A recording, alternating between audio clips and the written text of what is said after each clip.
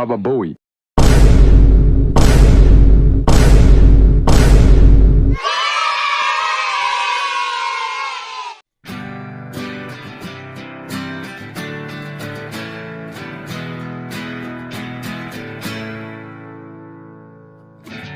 I look up to really tall people, they look down on me.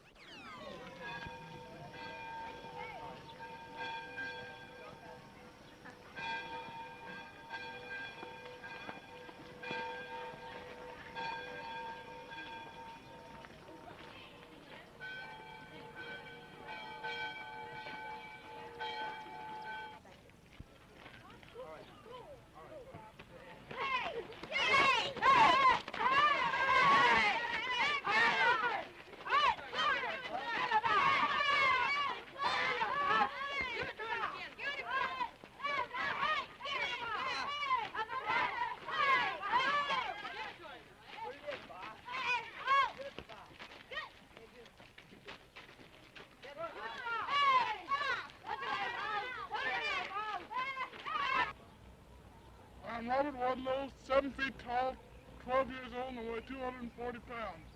These boys grouped around me go the same grade as I am, and they're about the same age as I am. I wear the largest pair of shoes ever made, and when I kick somebody, they stay kicked.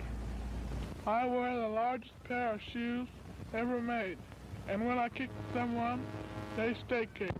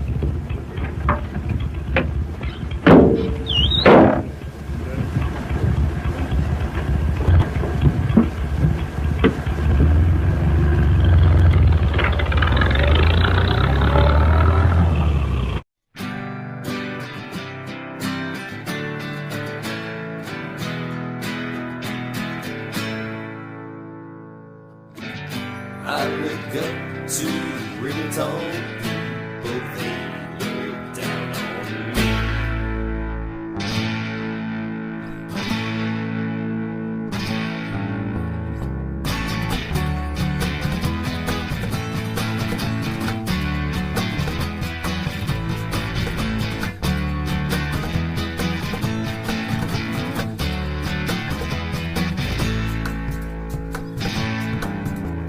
Addie and Harold had a normal-looking boy in unpresuming Alton, Illinois. Thus was born the world's tallest man. He had an overactive pituitary gland. Overactive pituitary gland. By the age of 8, he was over 6 feet. Wasn't too long before he had the record beat. Robert Wadlow, the world's tallest man, he had an overactive pituitary gland. Overactive pituitary gland. Overactive pituitary gland.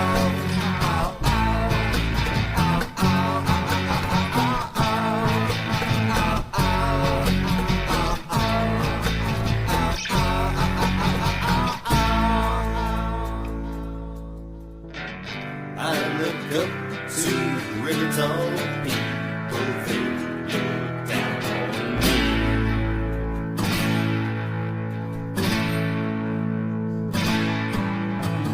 Almost 9 feet at the age of 22, a shoe ambassador, a goodwill tool. Finally died in the state of Michigan. He had an overactive pituitary gland. Overactive pituitary gland.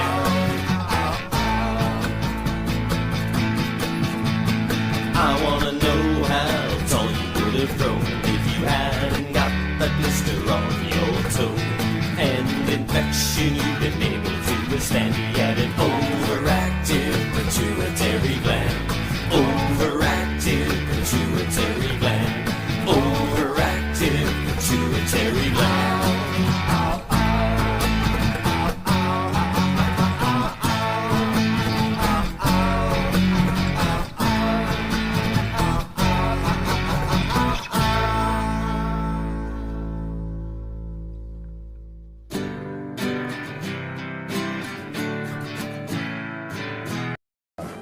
Let me introduce my happy family. This is my wife and Harold Jr., 16 months old, Eugene, 11 years, Helen, 13, Betty, 9. And this is Robert. Robert is 7 feet 10 inches tall, weighs 360 pounds. He's 15 years old. All right, Robert, let's compare our height. Yes, sir. All right, now our shoes. Now our hands.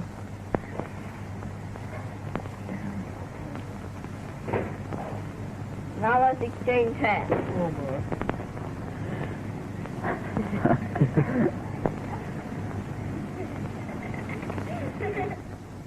He was a growing boy.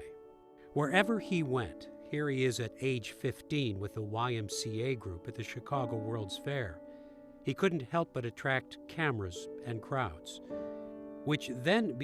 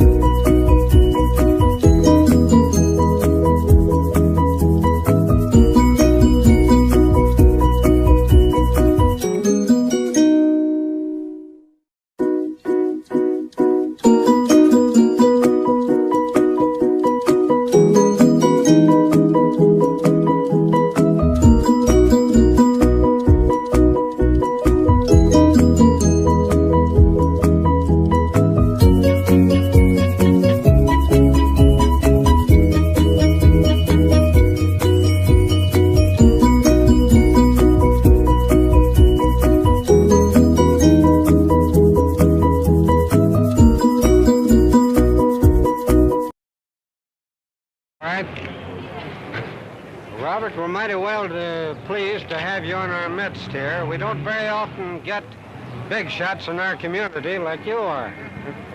I want you to meet the city manager, Mr. McElroy. Glad to meet you, Robert. Mighty glad to have you. While you're here in town, don't pick on any of our policemen. Now, be kind to them. How did you sleep last night, Robert? Fine? That's good. Bed was plenty big enough? You didn't use a boxcar?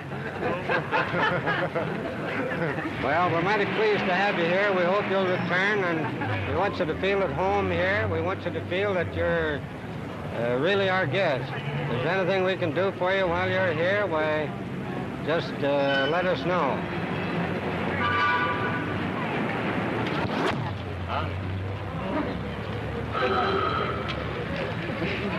All right. All righty. Back up, folks, please.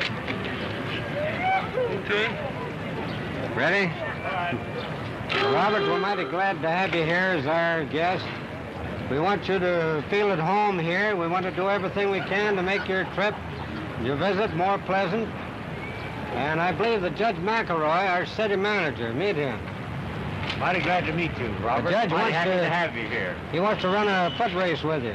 I'm all right on a 100-yard dash.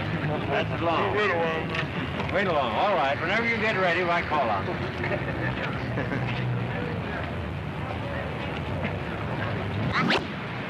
Stay good and loud. Then we'll let him get You must come up and see me. Back up, boys, just a little bit, please. You must come up and see me sometime.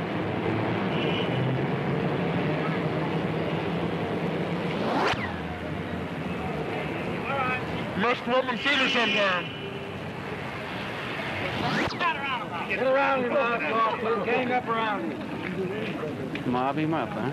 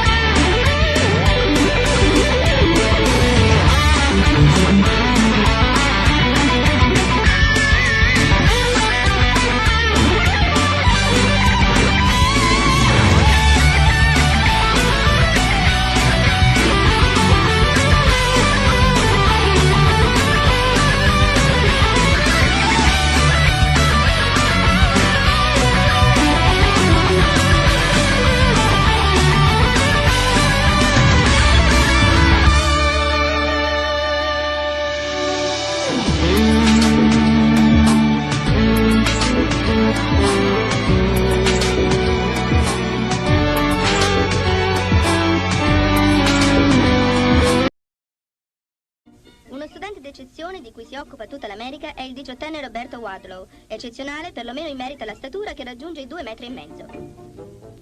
Il giovane gigante, che è assediato da offerte di impresari teatrali, alle glorie della ribalta preferisce lo studio del codice, ripromettendosi di diventare un grande avvocato. Per il momento, però, è costretto a farsi il più piccolo che sia possibile per adeguarsi ai suoi compagni.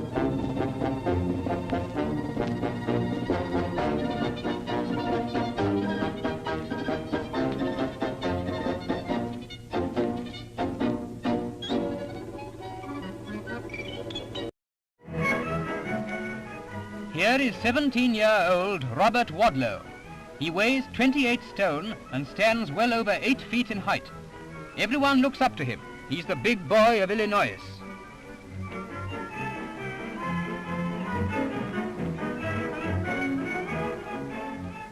And wears a 35 shoe. Robert's pet hobby is photography, but he prefers the movie kind best of all, for everything inside him is moving.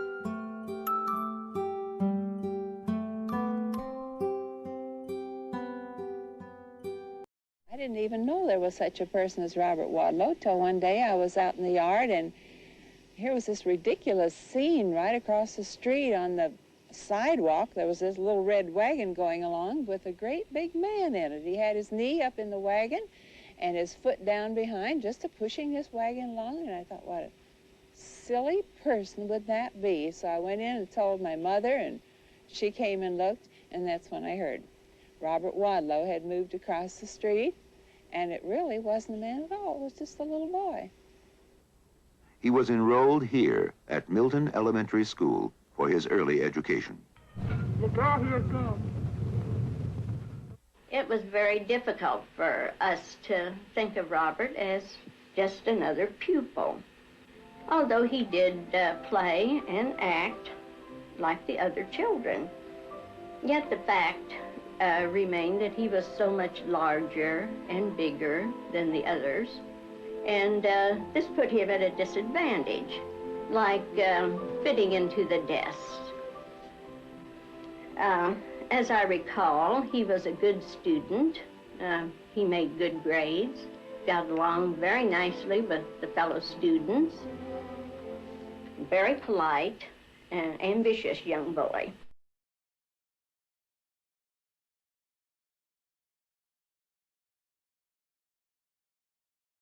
Difficult for me to explain the reason why a boy the size of Robert we didn't use in basketball.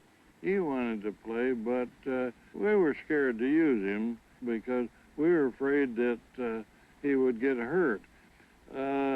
Our idea was to get a pair of basketball shoes and fit him, and as we went as a team to various schools, why we would take him along, but we had difficulty in getting shoes to fit him, naturally, and by the time we got shoes, why, the season was over. Graduated from Alton High School in January. Cliff College. Rich in history and tradition, as well as being located in Alton for furthering his education. Robert's ultimate goal was to receive a degree, then go on to law school.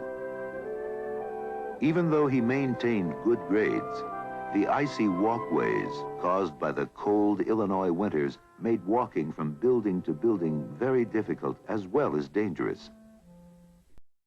After only one semester, he decided to leave school and devote his energies to that of the world of business. When I became acquainted with Robert Wadlow, his dad had brought him into our company. Even at that young age, he wore a size 27 shoe.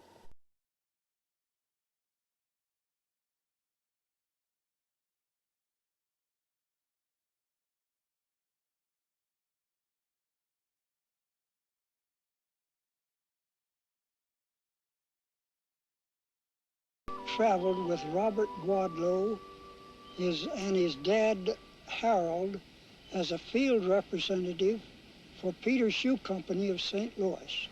When we came into a town, I would immediately contact the merchant and find out whether we were to exhibit Robert on the outside or inside of the store. Mr. Wadlow himself would then make a 10 to 15-minute talk about Robert and his phenomenal growth, after which we would leave the store and the merchant would then transact business with those who had gathered to see Robert. I rarely found him angry at any time. The only time that he really did get angry was when we were walking in a crowd, he having one hand on his dad's shoulder, the other on mine, and then someone would come up behind and pinch him in the leg or kick him in the shins to see whether or not he was walking on his own legs or on stilts.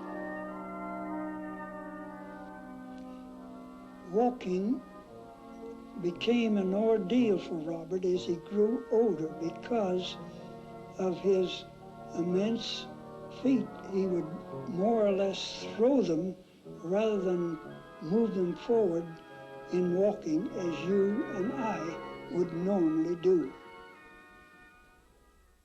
Very difficult for him to carry on a normal conversation or sit in any of the chairs with our meetings going on. So what we did, we had a regular special chair built for him that he could sit in and be comfortable. It is only when a normal person sits in the chair do you get the real physical awareness of how big a man Bob really was. Robert had a genuine interest in children. Whenever we would travel, even though we had a very busy day, Robert was never too busy to find time for children. We'd go to schools and orphanages, and we'd talk to the children. Robert would pat them on the head, put them on his knee, and he was always just thrilled to be with youngsters, would give them autographs, and he was never too busy to be with the kids. One of the things a lot of people didn't know about Robert was that he was interested in women. He liked women, and he enjoyed being with them. And like, for example, we did go out on double dates. We'd go to a theater or a nightclub, usually for dinner and then dancing, and we'd have a nice meal, and his sense of humor was tremendous. We laughed, we giggled, we just had a wonderful time.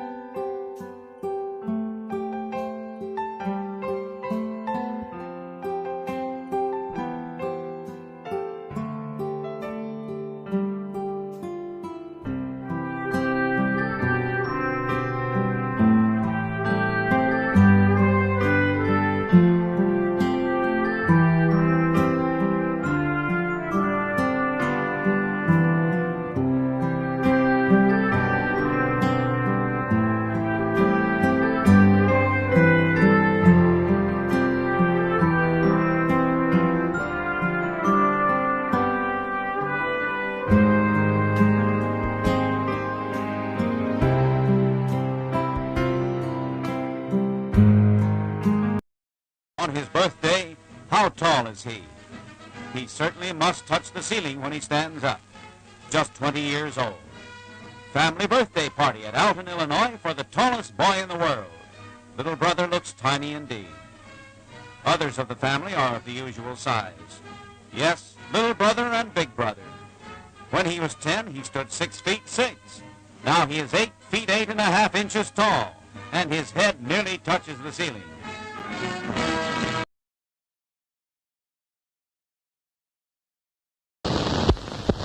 Un giovanotto senza pari è Roberto Wadlow, che merita gli onori della pubblicità perché a 17 anni ha raggiunto i 2,5 metri di altezza e l'adeguato peso di quasi 150 kg.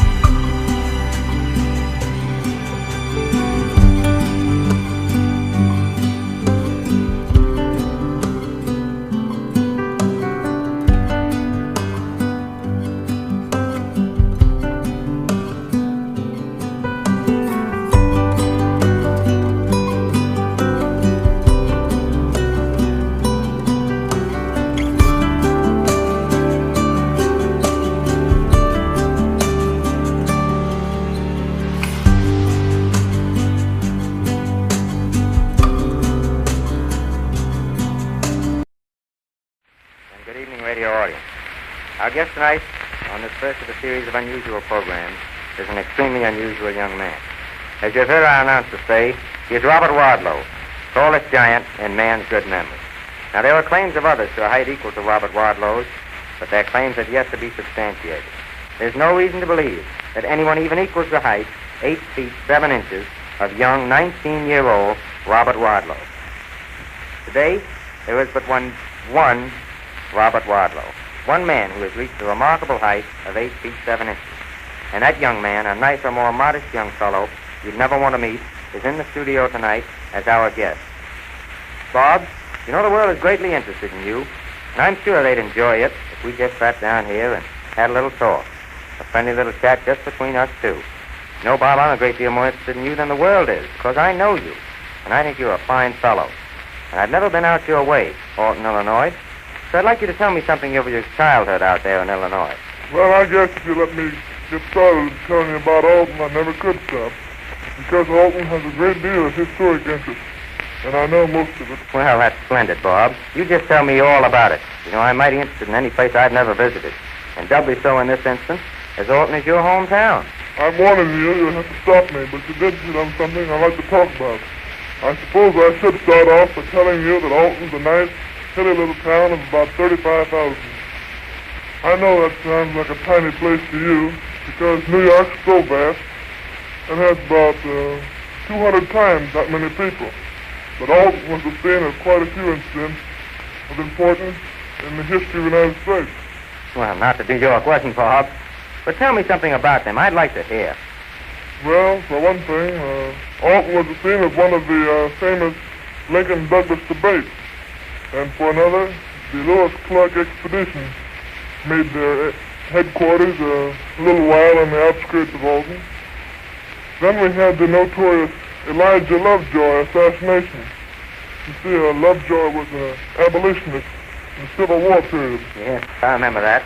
Gosh, Alton certainly has had his share of glory, hasn't it? Weren't there any Indian massacres? No, I don't think there was. But there is an Indian legend about the python bird. Well, tell me about that, Bob. Well, many years ago, the Indians claimed that there was a big, terrible bird that nested on the bluffs above Alton. And whenever an Indian brave would venture down near the bluff, this big bird would pounce on him and eat him. So one day, a very courageous Indian offered to have himself sacrificed to this python bird so that his tribe would be free of this terrible thing. He gathered the braves around him and under cover of night placed them in ambush near the spot on the bluff where the bird nested. When the morning came, this brave wandered out there alone and unarmed. And this bird, thinking he was an easy prey, flew down on the bluff and prepared to seize him when a shower of arrows killed him. To commemorate this event, the Indians placed a large picture of the bird on the rocky side of the bluff, and just recently an artist has been commissioned to paint this picture over again. Well, that's extremely interesting, Bob. You say the name of the bird is Piazza? Yes, I don't know what the name means. It's just an Indian name, I guess, for the bird. I've taken quite a few pictures of it, and fortunately I have some pictures of the original Indian painting. Oh, well, then you're a photographer, are you? Now you've got me started, because that's one of my hobbies. I can see where we're going to talk shop about photography for a few minutes. Tell me, Bob, what kind of camera do you use? I use a German miniature reflex camera. I have another camera, too, a small camera. But I prefer the reflex camera because the ground glass gives me a better focus. Well, I agree with you there, Bob. I like that kind of camera myself. Tell me, though, have you taken any pictures of this wonderful Ringling Brothers Barnum and Bailey circus that's packing them in these days at the Garden? Here you are right in with the circus and had such a marvelous opportunity to get some grand shots. You bet your life I have. I have some very good pictures of Hugo and Mario's bikinis, the human cannonballs. I think their act is one of the most thrilling things I've ever seen.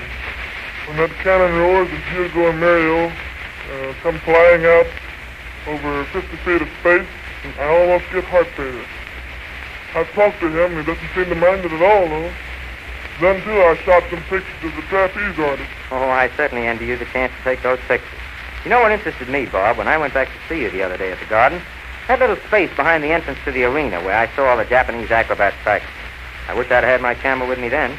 But to tell you the truth, there's so many amazing sights to see at the circus. Why, I'd probably have used up 50 feet of film and gone broke in one afternoon. I feel that way about the circus, too, even though I'm a part of it. And I'll bet when you were real young, you played circus just like everybody. Yes, I did. I think every kid does. We used to put the cat in an old soapbox and make believe he was a tiger. And I used to get an old horn and make believe I was the band and then made the parade. Well, good for you, Bob. Now I'd like you to tell me a little about yourself. About school and all those things. Well, school was quite a lot of fun. I'm afraid I used to take advantage of my height when I was in school. For I remember I used to play on the basketball team, and naturally I was a high scorer. When I was 11 years old, I stood 6 feet 7 inches. And it was an easy matter for me to stand near the basket and have the other members of the team pass the ball to me. I could just reach up a little bit and drop it in. You see, I was a dropper. I wasn't very accurate at shooting a basket from any part of the court, but I never missed from close-up. Well, I don't see how you could have, Bob. But how'd you like school? Well, studies, I mean, this time. Oh, I like to study, all right. I took Latin as my language course in high school, but after one term I changed to German. I got along very well in that language. Now I can read a German newspaper very readily. Well, that's fine, Bob. Tell me, though, at school, in view of your size, they have to make any special seating arrangements for you?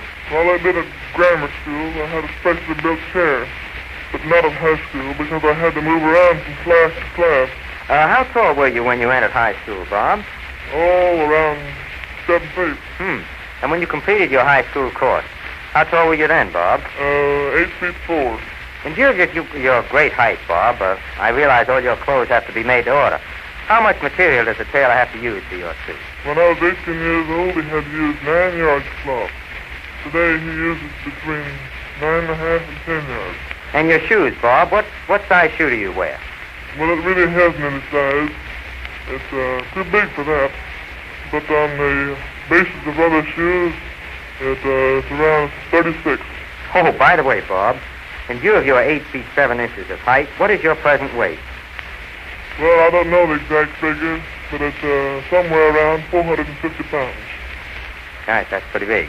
And now I wonder if you'd tell me about your brothers and sisters, Bob. How many do you have in all? I have 4 in all, 2 sisters and 2 brothers.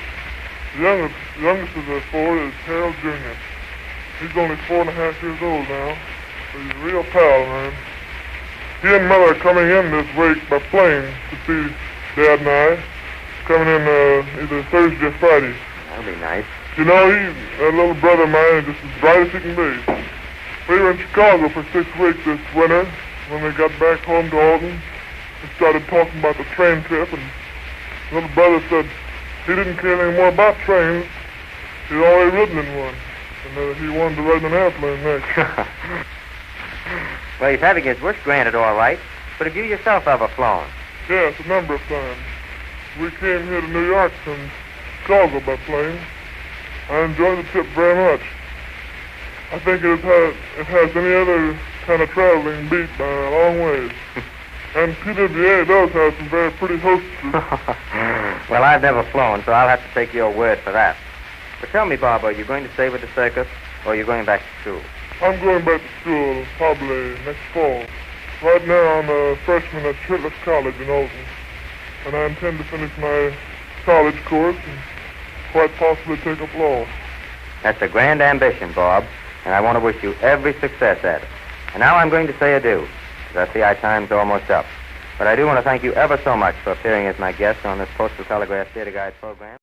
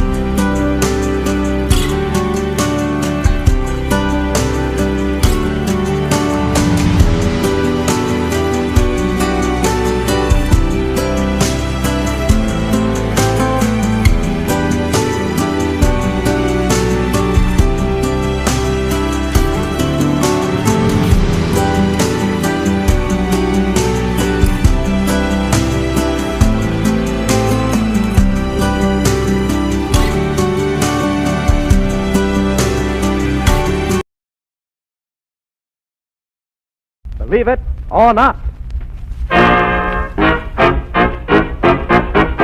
With Ozzie Nelson and his orchestra, Shirley Lloyd, and, believe it or not, Robert Ripley. Tonight I'm going to try to top you. I'm going to show you the biggest human being that ever walked the earth. This man, who is here with the here in New York today with the Ringling Brothers Circus, towers 8 feet 7 inches in the stratosphere. And here he is, the tallest man who ever lived, Robert Wadlow.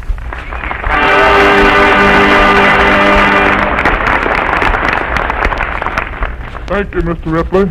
Oh, Robert, this is Mr. Nelson. Well, stand up, Mr. Nelson. I am standing up. Hey, what is this? I can't hear you down there. Hey, Ben, will you get me that step ladder? Well, I'll move it a little closer to the mic. Maybe you can climb up. Oh, Ben, I don't know what I'd do without you. Okay. All right, Robert, here I am right up here to talk things over with. See, Robert, here's a very nice fellow, and I want you two boys to be friends. Friends? Why, I wouldn't hurt you in the world. Thanks, Mr. Nelson. You know, young Mr. Wadlow here is only 19 years old, but he is 8 feet 7 inches tall. And scientists predict that he will grow for 3 years more and attain the unbelievable height of 10 feet. That's taller than Goliath, the biblical god, who was only 9 feet 9. You say he's only 19 years old, Bob? Yes, only 19 years old. I would rather you wouldn't mention it, Mr. Nelson. You see, I'm kind of self-conscious about my age. All right. Robert, tell me, do you mind people staring at you when you're walking out on the street? Oh, no, I just overlook them. You know, back home, Robert is just like any normal 19-year-old boy, except, of course, for his size. He was graduated from high school and already has finished his first year in college. Do you go in for sports, Robert? I played basketball. Oh. What position did you play, Robert? I was the dropper. A dropper? Yes, you see, they threw me the ball, and I just scooped over and dropped it in the basket. Well, how were you in the classroom? I could never answer the teacher's questions. The ceiling was too low. Ceiling? What did the ceiling have to do with it? I couldn't raise my hand. Oh. Say, Robert, tell me, what do you do for exercise? I walk. Walk? From coast to coast, I suppose. Yeah, for the first 10 minutes.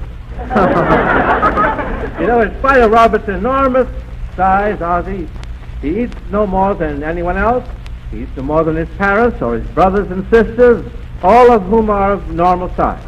Did he require any special... How is it down there, Bob, all right?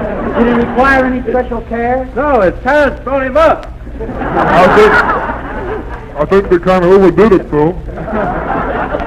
Say, Robert, will you tell Mr. Nelson about the time you were invited to that cocktail party? You know that time when one guest had a highball too many? What, did he offer to fix Robert a tall one?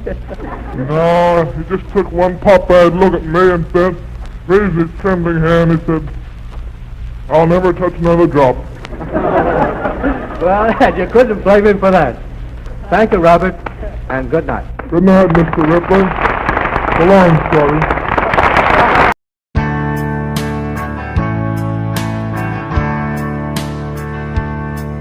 The giant of Illinois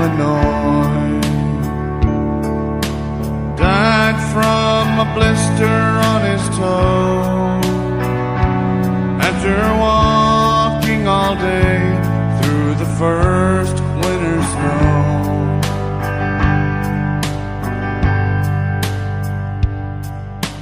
Throwing bits of stale bread to the last speckled doves.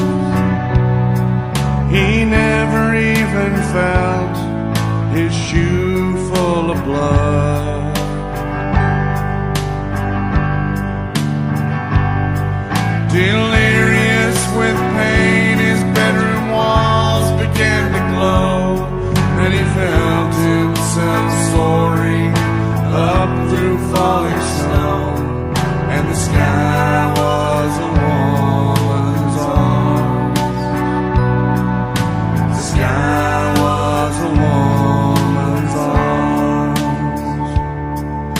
boy with a club foot that sat next to him in school. Once upon a summer's day, they went wandering through the woods.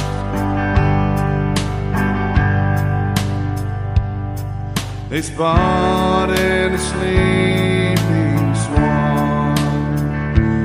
on the banks of a muddy stream, and they stormed it with rocks till it collapsed in the reeds.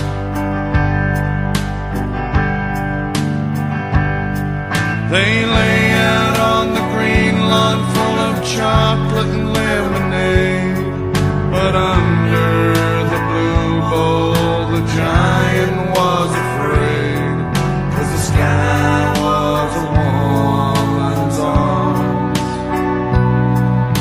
The sky was a woman's arms.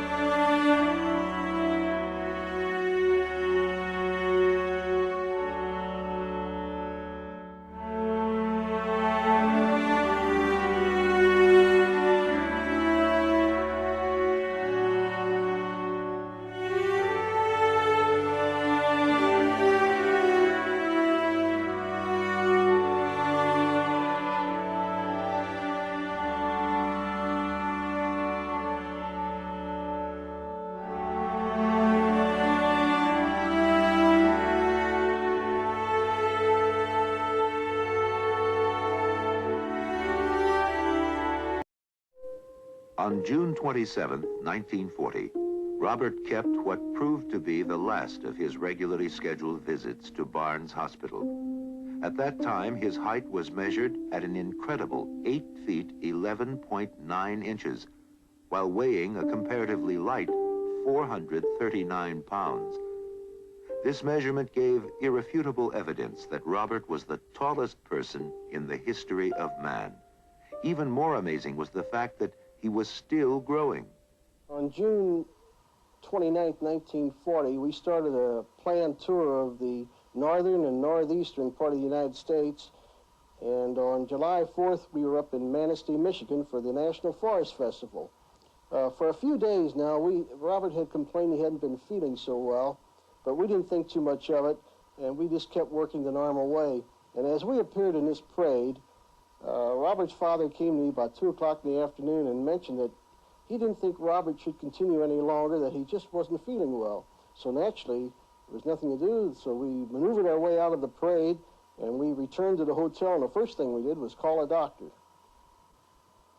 After the doctor examined Robert, it was explained to us that a brace on his left shoe, which had just been adjusted prior to our trip, had been rubbing against his ankle, causing an infection.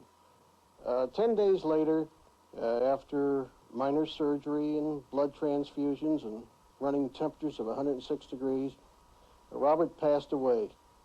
And this was in the early morning hours of July 15, 1940, in Manistee, Michigan, at the Chippewa Hotel. And so Robert Wadlow was laid to rest. With the passage of time, the memory of Robert has, for the most part, dimmed to the point where he is now placed as a footnote in history, or is included in stories about other persons such as himself. But to the people of Alton and those who knew him, he is still very much with them and is held in a special place in their hearts. They liked him for who he was, not what he was. To outsiders, he was something to be marveled at. To others, he was just Robert Wadlow, a friend who happened to be taller than everyone else. For the most part, he took all the stares, the gawks, and the insensitive questioning in a typically good-natured way. He was the first to accept a good laugh on himself and would joke about his size. But there was a serious side to Robert. The feelings and emotions of a person who, being of above average in intelligence, developed a philosophy and outlook on people and life in general that a person of a more normal size would not be able to conceive or appreciate, but should be made aware of. I've gotten used to being stared at. Some people may say unkind things, of course. I thought it over long ago and decided to ignore them. The worst thing you can say about them is that they are thoughtless.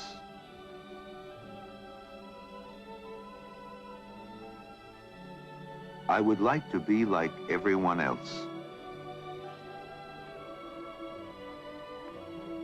No, I don't want my little brother to be as big as I am.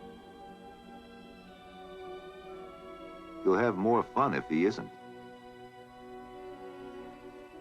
Very early in life, Robert's parents had to make a real decision as to whether or not they would have an operation performed and possibly lose their boy or let nature take its course. And being religiously inclined, they decided to let nature take its course. The result was Robert. The way I remember Robert is, of course, tall, but very blonde with light hair and blue eyes and a fair complexion, a quiet person. But the most outstanding thing about him, as I recall him now, is that he had such a pleasant smile. I really can't recall seeing him without this pleasant smile on his face.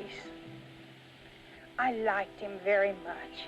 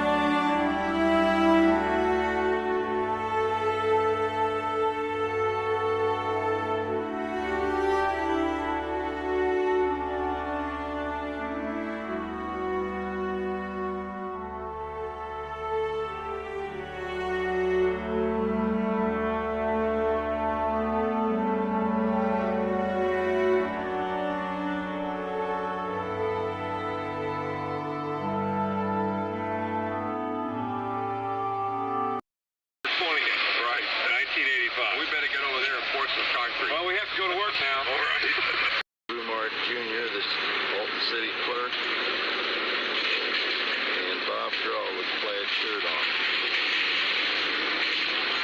Sometimes the cup of coffee and the other. Yeah. They're burying the cable which will provide the lighting for the Wadlow statue.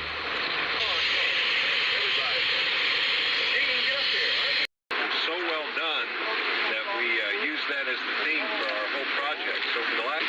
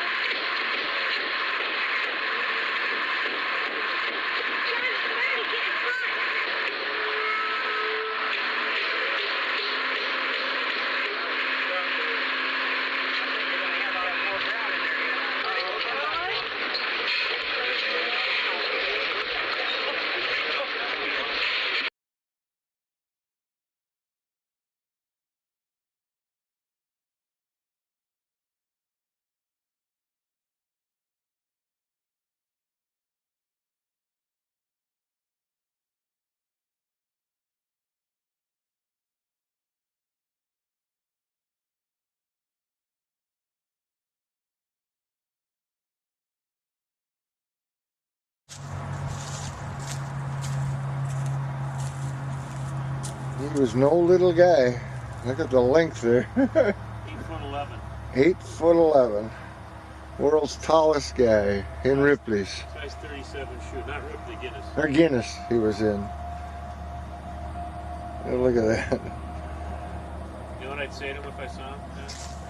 How's the weather up there? I'd say, hey, you tall drink of water, you? Tall drink of water? I'd say that right to him. That's what you'd say, okay. Now look, Yeah, it starts here, and he goes all the way up to there. He was one tall man.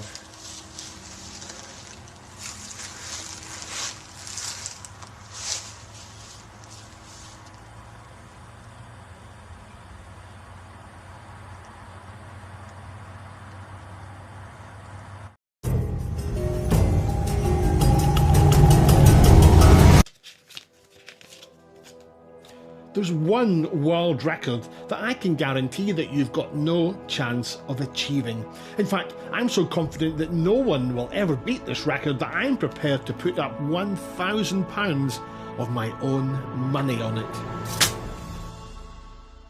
And this is the man you've got to beat, the incredible 8 foot 11.1 inch Robert Pershing Wadlow, the tallest living person of all time. I'm Craig Glendy, Editor-in-Chief at Guinness World Records, and over the past 18 years I've probably measured more of the world's tallest people than anyone else on the planet. But I've never yet met anyone who comes close to the phenomenal height of the Alton giant Robert Wadlow. Growing up with a pituitary issue that's more extreme than Robert Wadlow's, and yet not treated by doctors, is rare. In fact, so rare that I don't believe it can ever happen again. And that, my friends, is why my £1,000 is safe. I'm pleased to be holding on to my money, not particularly because I don't want to lose a grand, I mean, who does, but because I'm genuinely relieved that no one will have to endure the challenges and the pains faced by Robert Wadlow, the gentleman giant who took it all in his very, very long